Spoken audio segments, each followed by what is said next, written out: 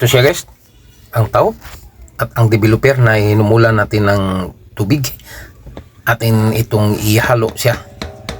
Mas makatipid naman tayo kapag haluan natin ng tahop ang ating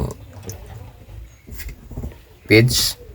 Kasi nga ang feeds mga kalahati lang ang presyo sa tahop. Ito siya guys, mas ekonomiya sa paggamit nato sa pagpakain sa ating mga alaga. Ito siya guys nga ating hinaluan natin ito ng tahop atin ang binigay. Wala man tayo makapagkayod ng niyog ngayon, kaya may tahop man tayo, kabili man tayo ng tahop. Ito siya ating ihalo. Hindi tayo malakihan sa gastos pagpakain guys kapag may tahop, kasi sa pulsada na feeds ang ating ibigay sa kanila, mas madamihan tayo sa gastos.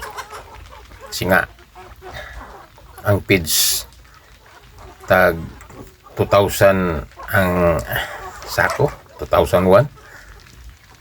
Ang tahop naman tag 1 to ang isang sako, kaya makatipid tayo kapag ang isang sako nga developer ating haluan ng isang sako na tahop.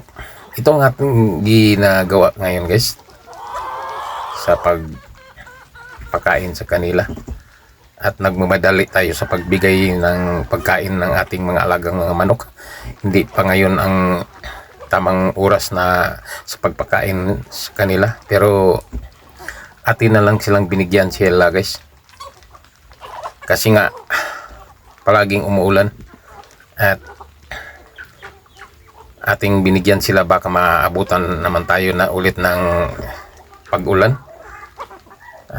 Kaya ating ibinigay sa kanila kahit na hindi pa sa tamang oras sa pagpakain sa kanila.